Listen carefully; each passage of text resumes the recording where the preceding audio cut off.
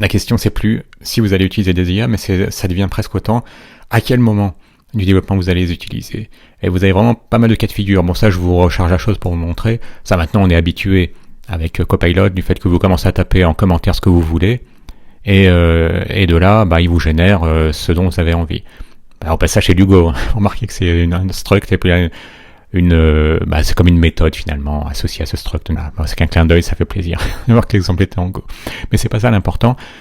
L'important, c'est que maintenant, vous allez avoir plusieurs cas de figure. Bon, là, c'est du code. Vous allez être aidé pour générer du code. Ok, ça c'est clair. Maintenant, on commence à avoir l'habitude. Mais vous aurez aussi la possibilité d'utiliser des IA, par exemple, pour comprendre du code sur lequel vous avez été parachuté. Peut-être qu'à ce moment-là, il y a personne qui est sur le projet depuis un certain temps pour vous expliquer le code. Et bien maintenant, la plupart de ces IA, elles vous proposent cette fonctionnalité. Bon, Code il le fait, Duet AI le fera, probablement que la version actuelle de Copilot le fait aussi. Il faut lancer une analyse du code par l'outil. Donc quand vous installez maintenant les IA, vous voyez, ça c'est la petite icône de l'extension VS Code de Kodi. Et vous pouvez ensuite lui demander d'analyser tout le code. Donc vous analysez tout vos repos, ou même s'il y a plusieurs repos associés à votre application. Et de là ensuite, il y a toutes les suggestions qu'il vous fera, elles seront beaucoup plus fines. Votre IA aura un contexte beaucoup plus précis et riche. Mais là où ça devient intéressant, dites-moi en commentaire si ça vous est arrivé, on vous met sur une application qui a été vendue vraiment au minimum, parce que le commercial, il voulait vraiment décrocher cette application, ou bien il savait qu'il y avait du monde derrière, des concurrents, et il a un peu joué sur les prix. Le problème, c'est que vous n'avez plus le temps de développer, faire des tests et de la doc. Si bien vous faites que développer, vous faites quelques tests sur les endroits les plus critiques de l'application. Là, vous pouvez avoir une option qui vous permet de générer des tests unitaires à partir du code que vous avez écrit.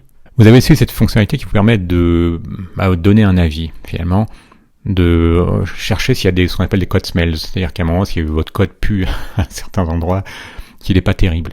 Alors là, de nouveau, ce sera l'usage. Vous verrez si l'analyse de ces outils, de ces IA vous plaise ou pas. Et enfin, vous pourrez très bien créer vos commandes personnalisées. Donc on se rend compte maintenant, les IA, elles vont plus nous aider uniquement à taper du code, mais elles vont aussi, elles peuvent être utilisées soit en amont quand on arrive pour mieux comprendre du code, ou en aval avec les tests. Mais ensuite, ce qui pose vraiment un gros problème et qui amène à des guéguerres sur les réseaux sociaux notamment, certains pour détruire l'argumentation du camp d'en face, caricature totalement le camp opposé pour dire regardez, à quel point c'est idiot. Donc les gens qui aiment pas les IA, c'est des idiots parce qu'ils sont rétrogrades, parce que machin, et les développeurs plus médiors ou seniors qui diront de toute façon si les juniors aiment bien les IA, c'est parce que c'est un cache-misère et ça leur permet de produire des choses qu'ils comprennent pas. Pourtant, si on considère qu'une IA c'est qu'un outil comme un autre, vous êtes libre quand vous avez un outil, vous n'êtes pas obligé de l'utiliser tout le temps à tort et à travers. Ce serait un peu comme dire maintenant que j'ai découvert le marteau, je fais tout au marteau. je jette mon tournevis, je jette tout. Bon, elle vaut ce qu'elle vaut, cette métaphore, mais pour dire voilà, vous avez un outil, il doit servir dans certains contextes. Là où les IA sont vraiment très intéressantes, c'est quand elles doivent vous permettre ce que les marketeurs appellent avoir un time, ou les commerciaux, un time to market très rapide. C'est-à-dire que vous avez une idée et vous voulez devancer tout le monde et vous voulez lancer une appli très rapidement. Donc à ce moment-là, effectivement, ça peut être très intéressant à coup de prompt de rapidement vous sortir un prototype, et après peu importe que ce soit pas parfait, que ce qui est généré soit pas très beau, que ce soit pas un code dont vous êtes fier, le but c'était d'avoir des fonctionnalités. Et c'est là qu'on voit d'ailleurs qu'il y aura ensuite deux écoles. Il y a ceux qui considèrent que la programmation, le code, c'est qu'un moyen et qui permet d'avoir ensuite des fonctionnalités pour un utilisateur. Et à ce moment-là, on s'en fiche de la façon dont c'est généré. Est-ce que ça sera généré avec tel ou tel langage? Aucune importance. Le client s'en fiche, l'utilisateur s'en fiche. Est-ce que le code correspond à tous les critères de qualité, parce que vous vous considérez plus comme un artisan du code que comme un pisseur de code?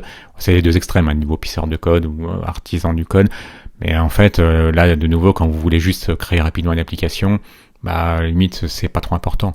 Et on pourrait même dire, dans ces cas-là, moi ça m'est arrivé sur une mission comme ça, où les clients avaient fait eux-mêmes leur application avec un outil low-code, mais ils avaient des limitations qu'ils n'arrivaient pas à dépasser avec l'outil low-code, et après ils ont fait appel à moi pour réécrire l'application, mais en ajoutant ensuite les fonctionnalités que leur permettaient pas d'avoir l'outil low-code. C'est peut-être la même chose qui se passera avec une IA.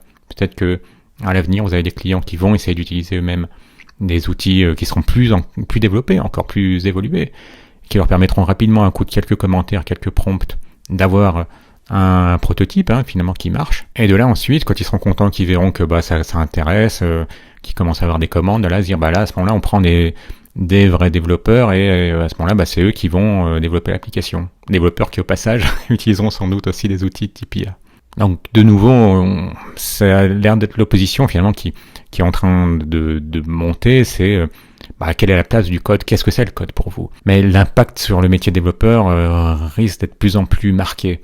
L'autre chose qui est aussi assez étrange, c'est quand on voit des développeurs très juniors qui vous disent moi de toute façon, moi l'IA c'est mon mentor, et c'est le mentor que j'ai pas plutôt, donc moi je pourrais pas m'en passer.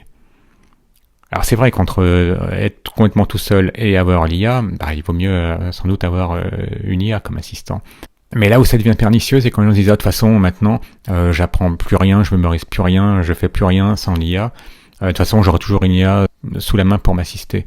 Mais c'est là où ça devient pernicieux parce qu'en fait il y a des choses, des problèmes sur lesquels vous êtes cassé la tête, peut-être une demi-journée, une journée. Et ça c'est quelque chose qui va rester pendant des années. Et c'est même quelque chose qui peut développer après un genre d'intuition. Qui ferait que quand vous aurez tel type de bug, puisque vous aurez vécu des choses qui vous auront marqué au fil du temps, vous saurez que ça ressemble à un problème que vous avez eu, qui vous a marqué parce que vous avez passé du temps dessus, plusieurs heures. Là où si vous tapez qu'un prompt et que vous avez une réponse tout de suite et que vous l'utilisez, le problème est réglé en quelques secondes. Votre rôle, ça devient davantage d'entraîner toujours davantage une IA qui sera de plus en plus puissante, performante, que de progresser vous-même. En gros, vous vous rendez de plus en plus remplaçable. Et vous vous rendez d'autant plus remplaçable qu'en fait, après, n'importe qui pourra taper un prompt et obtenir un résultat satisfaisant. En tout cas, si c'était satisfaisant, ça irait, mais ce sera juste un résultat suffisant. Et ensuite, quand l'application deviendra de plus en plus complexe, parce qu'au fil des années, on ajoutera de plus en plus de fonctionnalités, à ce moment-là, vous allez peut-être avoir une application qui sera difficilement maintenable. D'où la crainte justifiée de développeurs plus seniors, justement, qui savent que finalement, une application, on passe beaucoup plus de temps à la maintenir qu'à la développer. Donc si les IA, et ça c'est une vraie question, c'est pas juste de dire, vous me connaissez, ça fait plus de 2 ans que je joue avec les IA, donc je veux pas dire que je sois réfractaire à la chose, mais si vous gardez à l'esprit qu'on passe beaucoup plus de temps à maintenir une application qu'à la développer, est-ce que le fait qu'une application finalement ça devienne plus qu'une espèce de créature de Frankenstein où on développe un bras satisfaisant, une main satisfaisante, une tête satisfaisante, on assemble tout, c'est pas mal. Mais au moment où vous lui demanderez de faire des choses, on reprend notre image de la créature de Frankenstein, vous demandez de courir un sprint et vous vous rendez compte qu'elle n'y arrive pas parce que elle marchouille juste à peine. Là, ce sera vraiment au moment où tout devrait être correctement intégré. Vous vous rendez compte qu'il y a des choses qui marchent moins bien que prévu, qu'individuellement les choses avaient l'air de bien marcher, et qu'ensuite, au final, votre application, elle a des verrues de tous les côtés parce que les choses ne marchent pas comme prévu initialement. L'autre point délicat aussi, c'est que sur les applications très complexes, avec énormément de règles métiers qui peuvent se marcher dessus, est-ce qu'au moment, le gars qui va se retrouver à faire des prompts rapidement, est-ce que il aura bien conscience qu'à un instant T, il est en train de produire plein de régressions? Il développe une fonctionnalité, mais sauf qu'il vient de casser 2-3 choses à côté, et pas des choses qui se remarquent tout de suite.